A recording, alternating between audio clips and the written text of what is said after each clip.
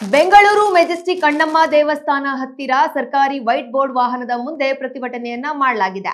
ಸರ್ಕಾರಿ ವಾಹನ ಬೋರ್ಡ್ ಹಾಕಿರುವ ಇವರು ಕಳಚಿ ಹೋದ ಬೋರ್ಡ್ ಅಳವಡಿಕೆ ಮಾಡಿಕೊಂಡು ರಾಜಾರೋಷವಾಗಿ ಚಲಾಯಿಸುತ್ತಿದ್ದಾರೆ.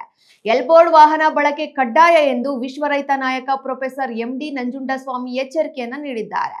ಬೆಂಗಳೂರು ಗ್ರಾಮಾಂತರ ವಲಯದಲ್ಲಿ ಅಣ್ಣಮ್ಮ ದೇವಸ್ಥಾನ ಹತ್ತಿರ ಓರ್ವ ಸರ್ಕಾರಿ ಅಧಿಕಾರಿ ನೋ ಪಾರ್ಕಿಂಗ್ ನಲ್ಲಿ ವೈಟ್ ಬೋರ್ಡ್ ಕರ್ನಾಟಕ ಸರ್ಕಾರ ನಾಮಫಲ ಸಹಿತ ವಾಹನ ನಿಂತಿರುವುದನ್ನು ಕಂಡು ರೈತ ಸಂಘಟನೆಯವರು ಬಂದು ತರಾಟೆಗೆ ತೆಗೆದುಕೊಂಡಿದ್ದಾರೆ. ಅಷ್ಟೇ ಅಲ್ಲದೆ ಅಲ್ಲಿರುವ ಟ್ರಾಫಿಕ್ ಪೊಲೀಸ್ ಅಧಿಕಾರಿಗಳನ್ನ ಕರೆಸಿ ತಮ್ಮ ಸಂಘಟನೆಯವರಿಗೆ ಕಂಪ್ಲೇಂಟ್ ಕೊಟ್ಟಿದ್ದಾರೆ.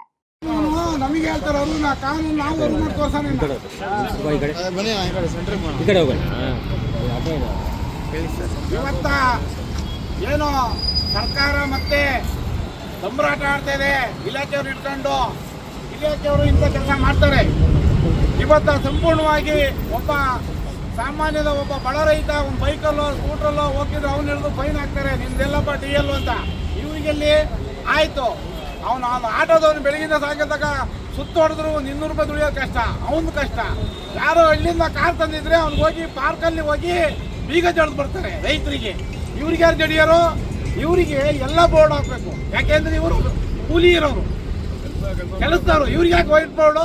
ಇವತ್ತಿಂದ ಎಲ್ಲ ಬೋರ್ಡ್ ಹಾಕ್ಬೇಕು. RTO ಅವರು ಯಾವುದೇ ಗಾಡಿಲಿ ಇವತ್ತು ಸಂಪೂರ್ಣ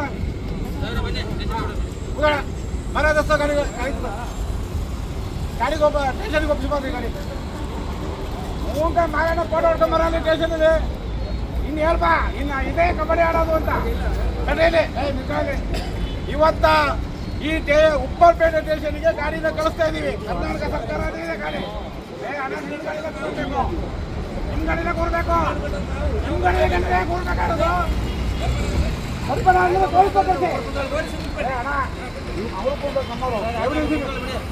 ನಮ್ಮರು ಕೂರ್ಬೇಕಂದ್ರೆ ನಮ್ಮರು ಎವಿಡೆನ್ಸ್ ಕೂರ್ಬೇಕು. ಮಾಡ್ಬಿಡ್ತಾರ, ರಸ್ತೆಯಲ್ಲಿ ಕಳಿಸ್ಬಿಡ್ತಾರ. ಸ್ಟೇಷನಲ್ಲಿ ಇರೋದು ನಮ್ಗೆ ಸಿಗೋದ್ಬೇಕು.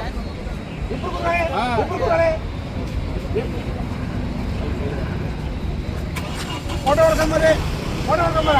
ಇವತ್ತ ಉಪ್ಪರ್ಪೇಟೆ ಸ್ಟೇಷನಲ್ಲಿ ಗಾಡಿ ಇರಬೇಕು. ಇದು ನಂಬರ್ ಆಗತಕ್ಕ ಗಾಡಿ ಏನಾದ್ರು ಹೋಗಿದ್ರೆ ಉಪ್ಪರ್ಪೇಟೆ ಸ್ಟೇಷನ್ಗೆ ಜವಾಬ್ದಾರಿ. ಇವತ್ತು ರೈತರಿಗೆ ಒಂದಾಯ ಮತ್ತೆ ಇವ್ರಿಗೆ ಒಂದಾಯ ಅಲ್ಲ, ಅಧಿಕಾರಿಗಳಿಗೆ ಸರಿಯಾದ ಬೀಗ ಇವತ್ತು ಗಾಡಿ ಸ್ಟೇಷನ್ ಒಳಗಿರಬೇಕು.